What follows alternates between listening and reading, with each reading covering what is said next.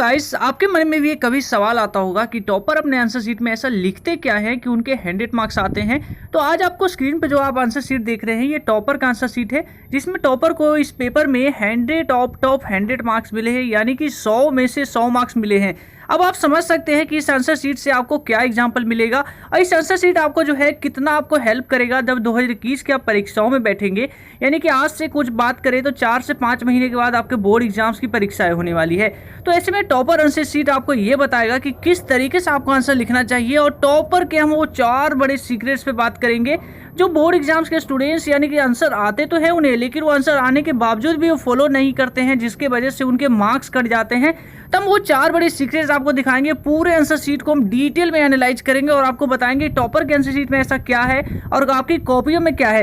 यानी कि आप दोनों की कॉपीज में आपको डिफरेंट बताएंगे और आपको बताएंगे कि कौन सी गलती आप कर रहे हैं, यानी कि आपको आंसर आता है लेकिन आप वो गलती कर बैठ रहे हैं जो टॉपर के आंसर शीट में नहीं है। तो हम देखिए, सबसे पहले हम शुरुआत करते हैं टॉपर का आंसर शीट, यानी कि साइंस का आप ये जो पेपर देख रहे हैं इसमें और टॉपर के थ्योरी में 80 आउट ऑफ 80 मार्क्स मिले हैं।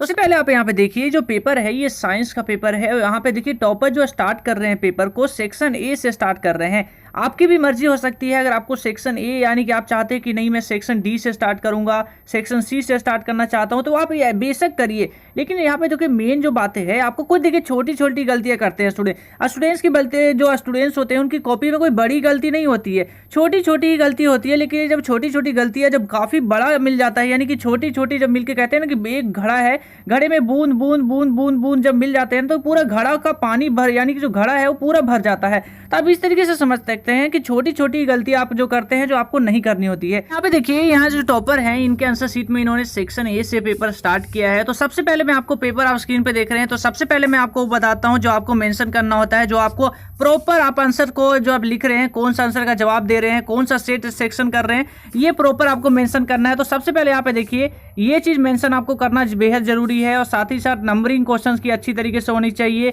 या हर एक क्वेश्चंस के बीच में यह स्पेस देख रहे हैं, 2 से 3 लाइन का स्पेस आपके लिए जरूरी होता है, ताकि एग्जामिनर ये आइडेंटिफाई कर सके कि पहला क्वेश्चन यहाँ पे खत्म हो चुका है, दूसरा यहाँ से स्टार्ट हो रहा है। क्योंकि जब कई बार होता है क्या क्या कहते हैं, आप विदाउट स्पेस यानी कि आप 1 लाइन या 2 लाइन के भी आप डिस्टेंस नहीं छोड़ते हैं, या तो यहाँ पे एक स्टूडेंट्स क्या कर सकते हैं, यहाँ पे एक लाइनिंग भी खींच सकते हैं स्केल से, ताकि ये आइडेंटिफाई हो सके कि आपका पहला क्वेश्चन यहाँ पे खत्म हो चुका है, दूसरा क्वेश्चन यहाँ से स्टार्ट हो चुका है। तो आपने ये जाना। अब उसके बाद देखिए कि आप 1 मार्क्स के क्वेश्चंस को आपको जवाब किस तरीके से देना है।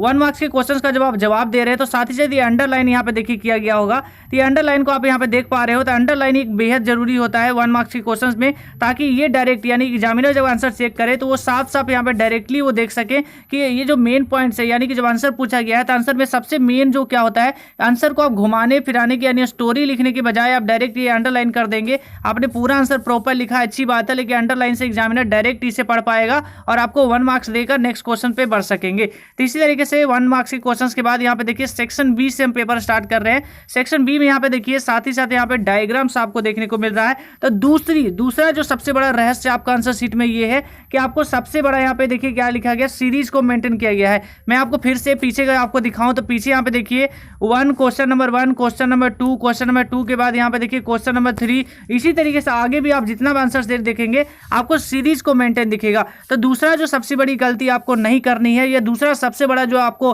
रहस्य आंसर शीट में ये होता है, एग्जामिनर को इंप्रेस करने का सबसे अच्छा तरीका होता है कि आप सीरीज को मेंटेन करें। सीरीज को मेंटेन कैसे करेंगे?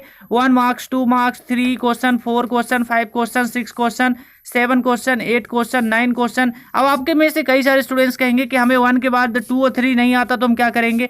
2 और 3 नहीं आता तो अब डायरेक्ट 4 पे बढ़िए, 5 बढ़िए, फिर 7 नहीं आता तो 8 कर लिखिए, 8 के बाद 9 नहीं आता तो 10 लिखिए, 11 लिखिए, 12 लिखिए। आप ये देखिए, मैं जो क्या दिखाना चाहता हूँ कि ये जो सीरीज है 1, 4, 5, 8, 10, 11, 12, 13, 14, 15, ये सीरीज को मेंटेन रखिए, ताकि एग्जामिनर्स आपकी कॉपी चेक करते समय उन्हें आंसर आपके चेक करने के लिए बार बार उन्हें जो आंसर शीट को, यानी कि उनके पास मार्किंग स्कीम होगी उसको बार बार उन्हें पलट के पीछे ना देखना पड़े। तो वहीं आप लोग के मन में ये भी सवाल होगा कि अब राइटिंग भी डिपेंड करती है आपके मार्क्स को इंक्रीज करने में। तो राइटिंग के लिए इसके बारे में मैं कहना चाहूँगा, यस, राइटिंग यहाँ पे डिपेंड करती है कि एटलीस्ट आप जो लिख रहे हैं, जैसे कि यहाँ पे एग्जामिनर्स का आंसर शीट में आप यहाँ पे देखेंगे, एग्जामिनर्स जो लिख रहे हैं यानी कि जो टॉपर ने आंसर शीट में आपने जो भी लिखा है, एटलीस्ट आप जो आंसर शीट में लिख रहे हैं वो कम से कम एग्जामिनर को समझ में आना चाहिए। बस इतना ही राइटिंग डिपेंड करती है। उसके बाद मैंने आपको बताया सीरीज मेंटेन करिए, हर एक क्वेश्चन के बीच में डिस्टेंस को मेंटेन करिए, यानी कि 2 से 3 लाइन छोड़िए, और साथ ही साथ मेंशन जरूर करिए कि आप कौन से क्वेश्चन का जवाब दे रहे हैं। अब नेक्स्ट आता है, यानी कि हम क्वेश्चन का पूरी डिटेल में एनालाइज कर रहे हैं, आपको बता रहे हैं कि किस तरीके से आंसर शीट आपको अटेंड करनी है, कैसे कैसे बोर्ड एग्जाम्स में आंसर शीट लिखा जाता है। तो यहाँ पे साफ साफ सभी कुछ देख रहे हैं, यहाँ पे क्लियर मैं आपको पूरी आंसर शीट को एनालाइज करते हुए बता रहा हूँ कौन सी गलती आपको नहीं करनी है, किस तरीके से आंसर शीट लिखना है। तो देखिए यहाँ पे क्वेश्चंस का जो जवाब दिया गया है, तो साफ यहाँ पे देखिए क्वेश्चंस का जवाब देने के समय एक और बड़ी जो मोस्ट इंपोर्टेंट फैक्टर डिपेंड करता है कि आप जो क्वेश्चंस की जवाब दे, यानी जब आप क्वेश्चंस का आंसर लिखें तो साथ साथ यहाँ पे देखिए आपको न्यूमेरिकल दिखाना चाहूंगा। साइंस का न्यूमेरिकल देखिए, साइंस के न्यूमेरिकल के बाद मैं आपको बताऊंगा कि थ्योरी वाले क्वेश्चंस का जवाब कैसे दिया जाता है, क्या आर्टिकल्स में लिखना बेहतर होगा या पॉइंट वाइज पॉइंट में लिखने का बेहतर होगा, तो सब कुछ मैं आपको बताऊंगा। तो पहले आप न्यूमेरिकल का देख लीजिए। न्यूमेरिकल में क्या होता है, मैंने आपको बताया था मार्किंग स्कीम दिखाते हुए, मैंने आपको बताया था कि सीबीएसई बोर्ड की जब कॉपियां चेक होती है तो आपको मार्किंग स्कीम के तहत आपको मार्क्स दी जाती है, यानी कि आप पूरे क्वेश्चंस में अगर इतना भी लिख पाते हैं तो आपको इतना मार्क्स दिए जाएंगे, इतना लिख रहे हैं तो आपको मार्क्स दिए जाएंगे। ऐसा नहीं है कि आपने पूरा आंसर लिखा और लास्ट में आंसर गलत आ गया तो पूरे एग्जामिनर्स आपको काट दे, ऐसा बिल्कुल नहीं होगा। मैंने आपको प्रॉपर्ली आपको मार्किंग स्कीम समझाते हुए बताया था कि इतना भी आप लिखते हैं तो मार्क्स दिए जाएंगे, इतना भी लिखते हैं तो मार्क्स दिए जाएंगे। आंसर लिखने का, न्यूमेरिकल को सोल्व करने का सबसे बेहतर तरीका होता है कि आप पहले जो गिवन होता है वो लिखिए,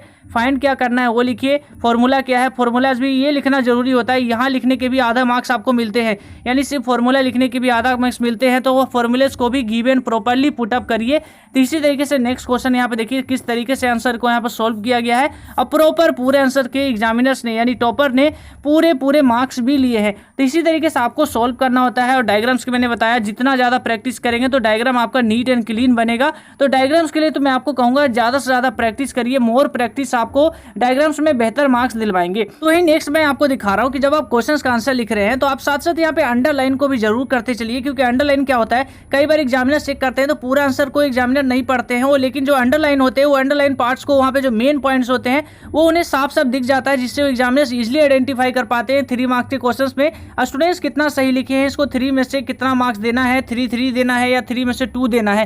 तो ये अंडरलाइन करिए बेहतर तरीके से। जहाँ डायग्राम बनता है तो वहाँ डायग्राम्स भी बनाने की कोशिश करिए। और अगर 5 मार्क्स का क्वेश्चन है, अगर थ्योरेटिकल पूरा क्वेश्चन थ्योरी में है तो आप पॉइंट में आंसर लिखने की कोशिश करिए। 5 मार्क्स में से 3, 4, 5 पॉइंट, एटलीस्ट 5 पॉइंट में आंसर लिखने की कोशिश करिए। थ्योरी में क्या होता है कि एग्जामिनर शुरुआत की 1-2 लाइन पढ़ते हैं, उसके बाद वो डायरेक्ट 5 में से 3 मार्क्स 2 मार्क्स दे के वो स्टूडेंट्स को नेक्स्ट क्वेश्चन पे बढ़ जाते हैं। लेकिन अगर वही पॉइंट बाय पॉइंट लिखते हैं तो आपको मैक्सिमम चांसेस होता है कि 5 में से आपको पूरे 5 मार्क्स एग्जामिनर द्वारा मिले, 4 मार्क्स एग्जामिनर द्वारा मिले, 4 हाफ मार्क्स आपको एग्जामिनर द्वारा मिले। तो इस तरीके से आपको कोशिश करनी है। पूरी आंसर शीट में आपको दिखा रहा हूँ किस तरीके से एग्जामिनर्स ने लिखे हैं, और साथ ही साथ मैंने आपको दिखा ही रहा हूँ सीरीज को एग्जामिनर किस तरीके से बाकायदा मेंटेन किया है। तो सीरीज को भी आप यहाँ पे साफ साफ देख ही रहे होंगे। देखिए हम बात कर रहे थे पॉइंट की, तो यहाँ पे 9 नंबर की क्वेश्चंस में आप देखिए 9 नंबर के क्वेश्चंस पे यहाँ पे A, B, C, D, ये देखिए आपको पॉइंट बाय पॉइंट में इन्होंने आंसर दिया है। तो इसी तरीके से आपको यहाँ पे सारे प्रॉपर्ली आपको आंसर करना है। बोर्ड एग्जाम्स में इसी तरीके से आंसर लिखने होते हैं। तो अभी के इस वीडियो में इतना ही। आपके कोई क्वेश्चन हो तो नीचे मुझसे पूछ सकते हैं। तो अभी के इस वीडियो में इतना ही। जय हिंद।